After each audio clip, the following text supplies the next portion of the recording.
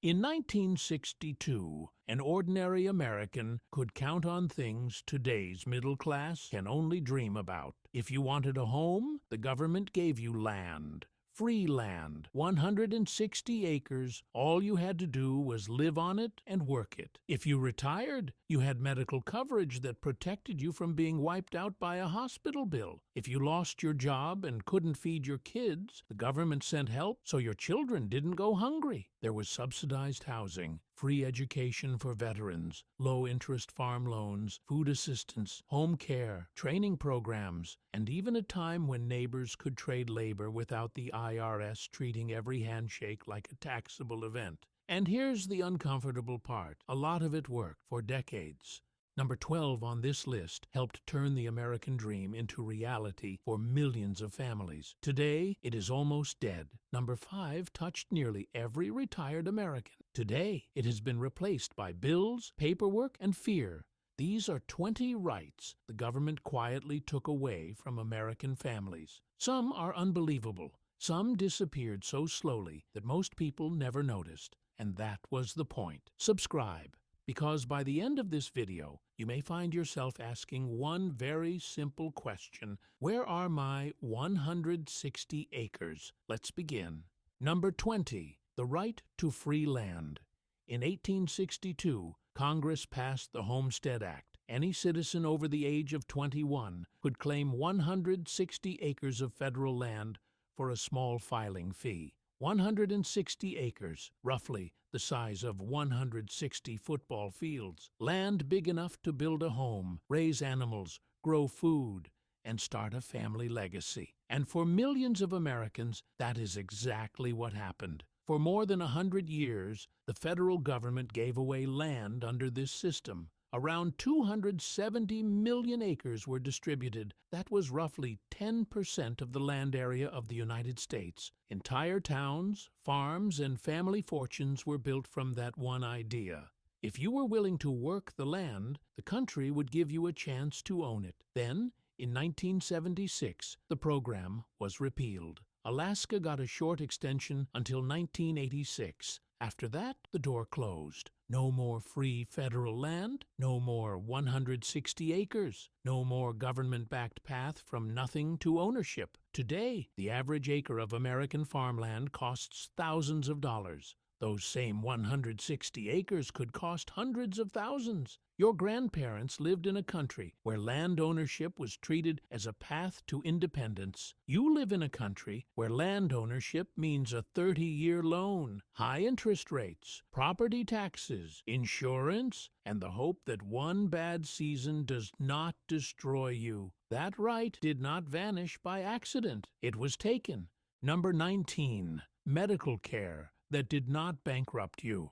In 1965, President Lyndon Johnson signed Medicare and Medicaid into law. It was one of the biggest changes in American history. At the signing ceremony, Johnson promised that older Americans would no longer be shut out from modern medicine. He said illness should no longer destroy the savings people had spent a lifetime building. And at first, that promise meant something. Medicare helped cover hospital care and doctor visits. Medicaid, in some states, went even further. For medically needy Americans, it could help cover eyeglasses, dentures, certain medications, home care, and basic medical equipment. It was not perfect, but the message was clear. If you were old, sick, poor, or disabled, you were not supposed to be abandoned. Today, that promise feels almost unrecognizable. Medicare Part B can cost retirees more than $170 a month out of pocket. Prescription drug coverage has been filled with gaps, limits, and confusion. Middlemen and private insurance companies make billions through Medicare Advantage. Meanwhile, patients still get hit with bills they cannot afford. The old promise was, "We will help take care of your parents." The new promise is, buy insurance, read the fine print, and pray the bill does not ruin you. Number 18. Help for families with children that did not humiliate them. In 1935, the Aid to Dependent Children program was created to help widows, orphans, and poor families keep children from going hungry. The early payments were small, but the principle was massive. The government recognized that children should not starve because a parent died, disappeared, lost work, or could not earn enough. By the 1960s, the program had evolved into Aid to Families with Dependent Children, known as AFDC. And for millions of families, it mattered. It put food on the table. It helped pay rent. It kept children from falling through the cracks.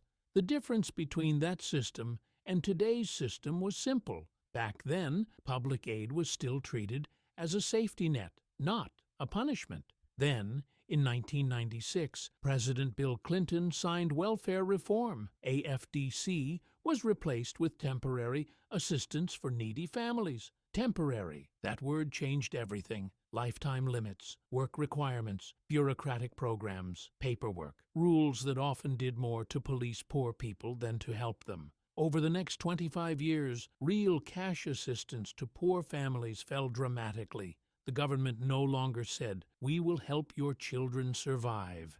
It said, "Get a job, any job, or stay hungry."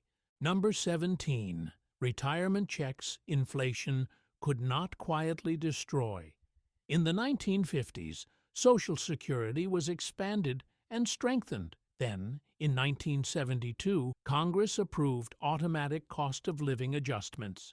Starting in 1975, Social Security benefits would rise with inflation. That meant an older American could plan. They could budget. They could believe that the check they received this year wouldn't become worthless next year. Social Security did not just help retired workers. It also supported widows, widowers, disabled people, and children who had lost a parent. The point was simple. Old age should not mean fear. But today, the reality is different. Yes, Social Security still has COLA adjustments. But for many seniors, those increases do not come close to the real cost of living. Groceries rise, rent rises, utilities rise, medicine rises, and the check never seems to catch up. A 3 or 4% increase means very little when food, housing, insurance, and medical costs climb much faster. That is why more older Americans are going back to work. Not because they are bored, because they cannot survive. A program built to protect seniors from poverty now often does just enough to keep them barely above water. Number 16. The right to affordable housing. In 1937, the federal government began building public housing for low-income families. After World War II, the need only grew.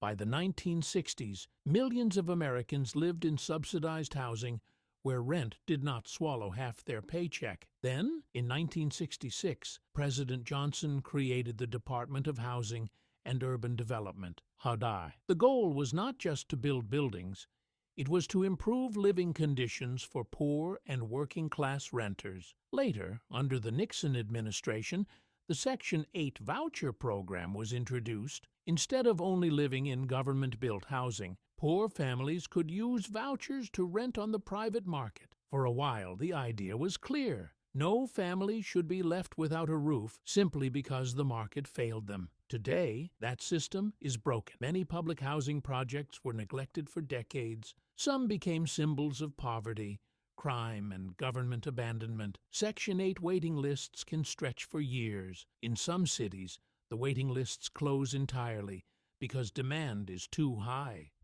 Federal support for new affordable housing has never kept up with the need. Now, millions of Americans live in cars, motels, tents, shelters, or overcrowded apartments. The government once said, "Everyone deserves a roof." Now it says, "Let the market handle it." And the market answered, "Sleep outside." Now pay attention, because the next programs are the ones most Americans have never even heard of. Not because they were small, but because they died quietly. No headlines, no national funeral, just gone.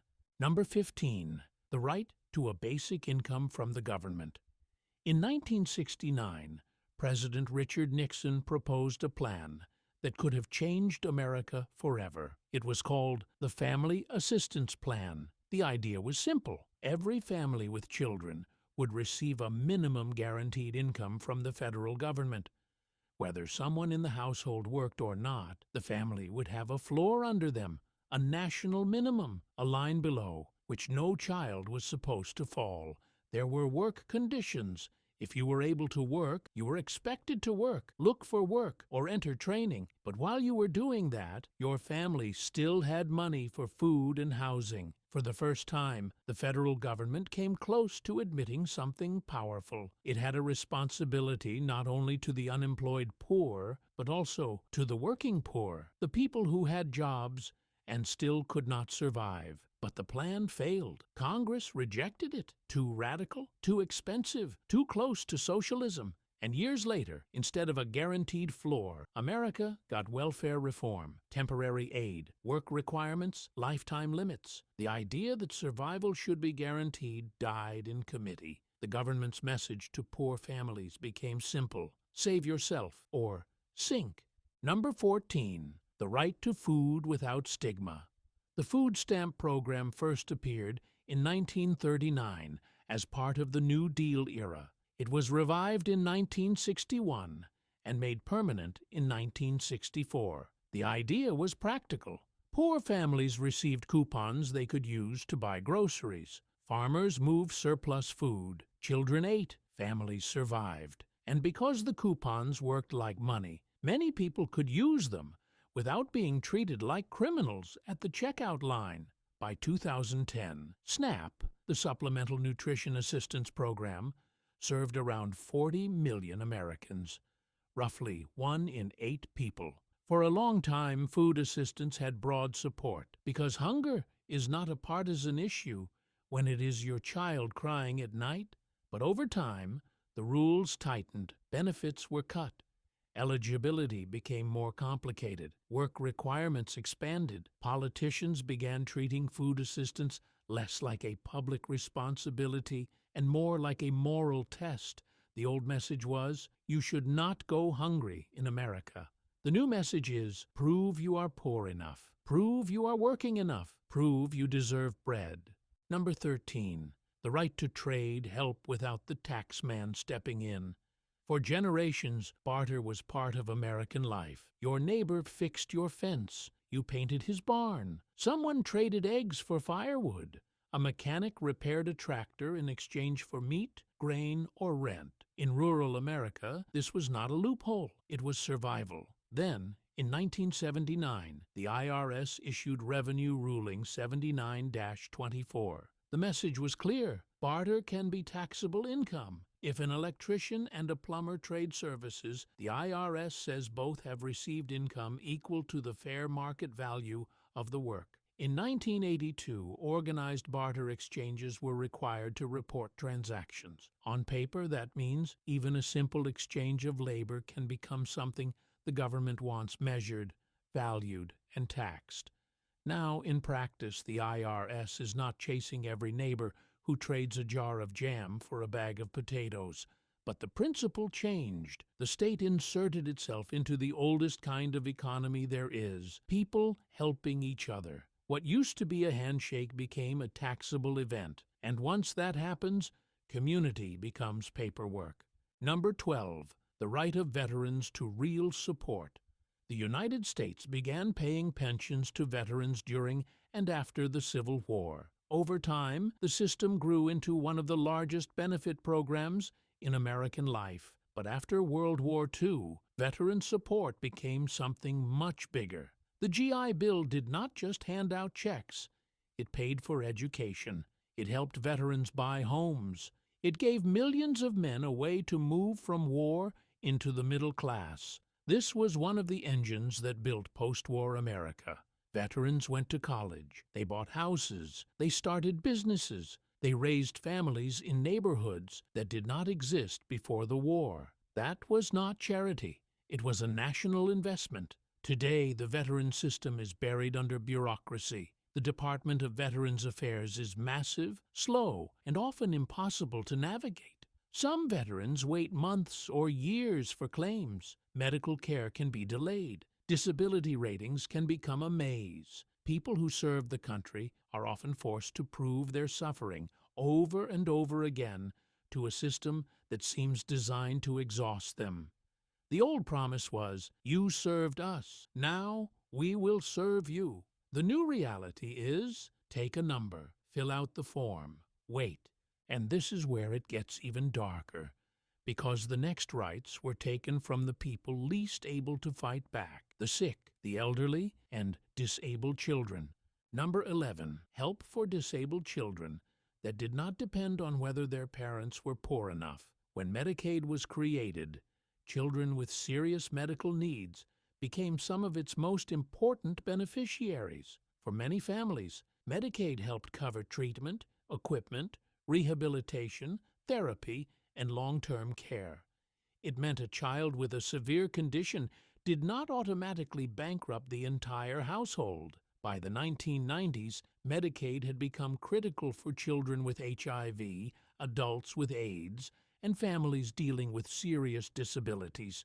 The system was not generous, it was not easy, but it worked for many people who had nowhere else to go. Today, access is often tied tightly to income, state rules, waivers, and eligibility categories. Earn slightly too much, and your child may lose access. Make too little, and you remain trapped in poverty to keep the coverage. Families with disabled children are forced into an impossible choice: earn more and lose help, or stay poor and survive. A child with cerebral palsy, leukemia, a genetic disorder, or a severe disability does not choose the income of the family he is born into, but the system often acts as if he should pay for it anyway.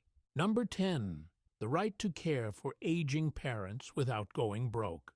In the 1960s and 1970s, Medicaid programs in some states helped cover home care for elderly people. That could mean aides, household help, meal delivery, basic medical support, sometimes even ramps, rails, and modifications that allowed an older person to stay at home. That mattered, because home care often keeps families together. It keeps parents out of nursing homes. It allows adult children to help without losing everything, and importantly, children were not supposed to be forced to pay their parents' medical bills out of their own pockets.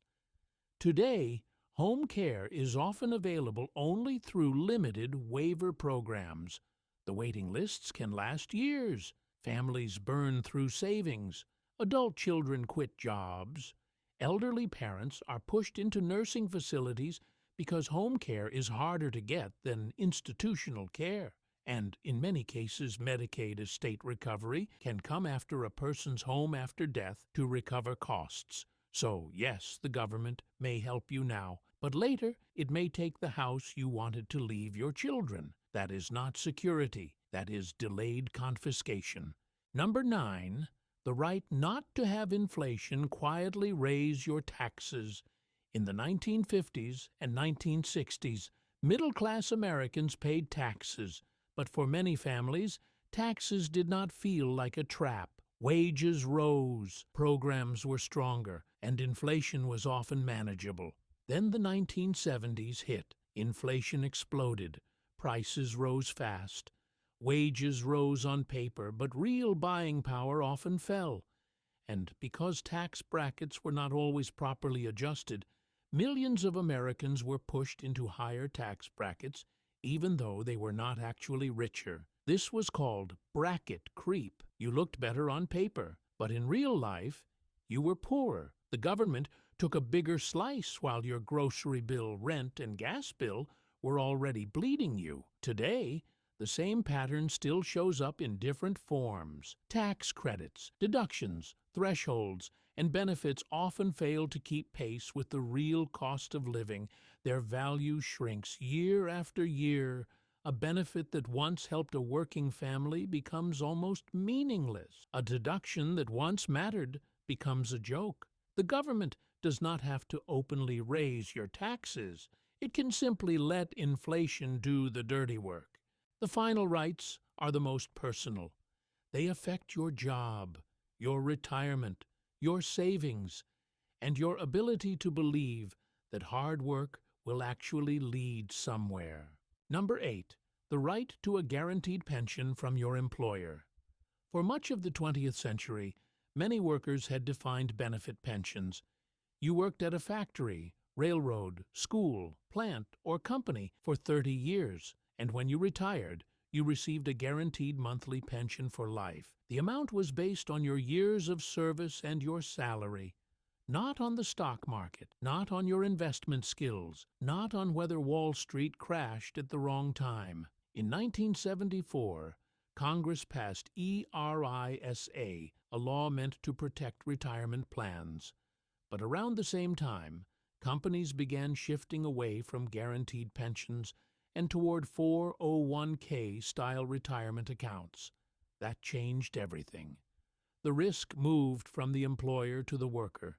Now you had to save, you had to invest, you had to choose funds, you had to understand fees, and if the market crashed 3 years before you retired, that was your problem. If you did not know finance, that was your problem. If wages were too low to save enough, that was your problem too. By the 2000s, the shift was locked in. Companies no longer had to promise you a real pension. They only had to hand you a toolbox and say, "Build your own retirement. Good luck." Number 7. The right to free retraining when your job disappeared. In the 1960s, during the War on Poverty, job training and retraining programs were a major part of federal policy. If your factory closed, the idea was not just to throw you a small unemployment check and forget you.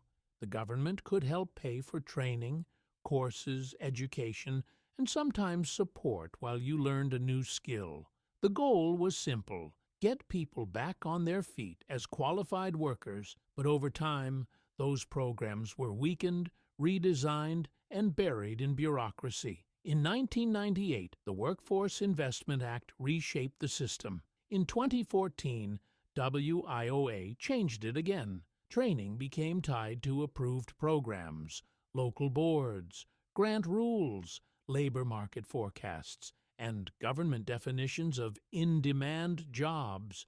But bureaucrats are often late. By the time they decide what job is in demand, the economy has already moved. Factories close faster than programs adjust.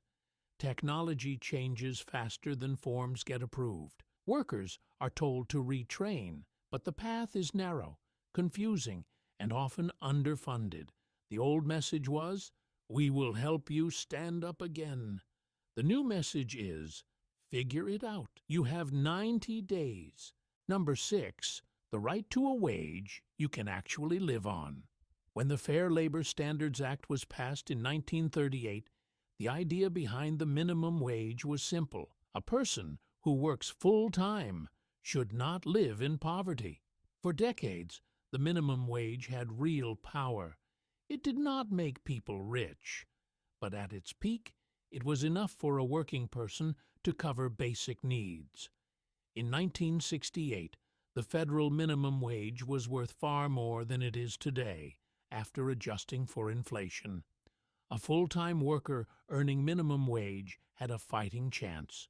Rent, food, transportation, a little savings, not luxury, just dignity. Today, the federal minimum wage is $7.25 an hour. It has not changed since 2009. Prices have not waited. Rent has not waited. Food has not waited. Health insurance has not waited. A person working 40 hours a week at the federal minimum earns about $1,160 a month before taxes. In many parts of America, that does not even cover a one-bedroom apartment. Some states raise their minimum wage, but many states still follow the federal floor. That means millions of workers are told to work full-time and still live like they failed. The old promise was, work should keep you out of poverty. The new reality is, work harder, stay poor, and be grateful. Number 5, the right to unemployment benefits that are enough to survive. Unemployment insurance became part of American life through the Social Security Act of 1935. The idea was simple. If you lost your job through no fault of your own, The government would help you stay afloat while you looked for another one. It was never supposed to make you rich. It was supposed to keep you from losing your home, your car, and your dignity in the first month of unemployment. For decades, the system worked better than it does today. Benefits varied by state, but many workers could receive help for around half a year. During the 2008 financial crisis, the federal government extended benefits for many people because the job market had collapsed. Then came the pandemic. For a short time, expanded unemployment benefits helped millions of Americans survive a national shutdown. And then, the extra help was removed. Today, in some states, unemployment benefits are so low they cannot cover rent, utilities, food, and transportation. In some places, the system seems designed less to help people and more to discourage them from applying. More rules, more tests, more requirements, more suspicion. The government's message changed from, "We will help you get back on your feet," to, "Prove you are not lazy. Prove you deserve help. Take whatever job is offered, even if it pays less than survival." Number 4. The right to an education that does not ruin your life. After World War II, the GI Bill paid for millions of veterans to attend college. It covered tuition. It offered support for living expenses. It opened the door to higher education for people who otherwise never could have afforded it. That helped build the American middle class. In the 1960s and 1970s, public universities were still affordable for many state residents. Some were nearly free compared to today. The University of California system charged tiny fees by modern standards. The City University of New York was tuition-free until 1976. The idea was clear. Education was not just a private purchase, it was a public investment. Today, college is a debt machine. Public universities can cost tens of thousands of dollars. Private universities can cost more than many homes once did. Student debt in the United States has passed $1.7 trillion. The average graduate can leave school with tens of thousands in debt before even getting a real start in life. Pell Grants cover a smaller share of college costs than they once did. Tuition rose, fees rose, housing rose, books rose. The government once said, "We will invest in your future." Now it says, "Borrow the money, sign here, and spend the next 30 years paying for the chance to work."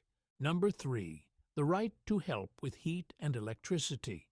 In 1981, the federal government created LEHIP, the Low-Income Home Energy Assistance Program. The idea was simple. Poor families should not freeze in winter or overheat in summer because they cannot pay the utility bill. The federal government sent money to states. States used it to help low-income households pay for heating, cooling, and energy emergencies. The program still exists, but the need is far bigger than the funding. Utility bills keep rising. Extreme weather is more common. Families have to choose between food, medicine, rent, and heat. And LIHEAP does not reach everyone who needs it. When funding is cut or fails to keep pace, millions of families are left out. The government says, "We will help if the money is available." But somehow, money is always available for corporate subsidies, tax breaks, bailouts, and defense contracts. Help for ordinary families is always the first thing on the chopping block. Number 2. The right to help before old age destroys your body. For many workers, retirement is not an abstract number. It is physical. A construction worker, a miner, a factory worker, a nurse, a warehouse worker, someone who spent 40 years lifting, standing, breathing dust, damaging joints, and wearing down their body. In earlier decades, there were more paths for workers in hard or dangerous jobs to leave the workforce earlier. Disability support, pensions, union plans, and certain retirement structures gave some people a way out before their bodies completely collapsed. But over time, retirement ages rose. Rules tightened, Benefits became harder to qualify for. Full Social Security retirement age moved upward. And now politicians openly discuss raising it even more. But what does that mean in real life? A person who worked 40 years in a mine may be half disabled by 65. A construction worker's knees and back may be ruined long before 67. A factory worker may not be able to keep standing for 10-hour shifts. Then the system tells him, you can still do sedentary work. But who is hiring a 65-year-old miner with bad lungs and destroyed joints for an office job? This is how a country turns aging workers into disposable parts. Use them, break them, then tell them to keep working. Number 1, the right to believe tomorrow will be stable. This is not just one program, it is the feeling behind all the others. In the 1950s and 1960s, an ordinary American could believe certain things. If he worked, he could eventually own a home. If he got sick, there was a chance he would be helped. If he retired, he would not starve. If his children wanted an education, they might get one without lifelong debt. That confidence was not magic. It was built on systems, Social Security, Medicare, Medicaid, subsidized housing, student aid, unemployment insurance, veteran benefits, affordable public education, public health programs, and a government that, at least sometimes, understood that a nation is not just a market. But from the 1970s onward, that system began to crack. Federal land programs ended. Social programs were weakened. Corporate taxes were lowered. The middle class carried more of the load. Money flowed to wars, banks, contractors, corporations, and the wealthy. Today, a young American cannot be sure of anything. His parents may have bought a house for $50,000. He may need $500,000 for the same home. His grandmother may have seen a doctor without financial terror. He pays hundreds a month for insurance that still does not cover everything. His grandfather may have received land, education, or a pension from a system that rewarded work and service. He cannot even afford a down payment. Your grandparents were not necessarily rich, but many of them had something millions of Americans no longer have, a sense that the country would not completely abandon them. That is what was stolen. Not just benefits, not just programs, peace of mind. And then we were told this was normal. Here is my challenge to you. Talk to your older relatives. Ask them what they remember. Ask them about affordable college. Ask them about pensions. Ask them about medical bills. Ask them about buying their first home. Ask them whether life felt more secure. Then compare their answer to what young families face today. Tell me in the comments, which right did your family lose last? Was it affordable housing, a pension, health care, college, a job that actually paid enough to live? Before making this video, I did not realize how close America once came to a guaranteed income through Nixon's Family Assistance Plan. That shocked me, not because it sounded impossible, but because it almost happened. America was once much closer to guaranteeing working families a decent life than most people realize.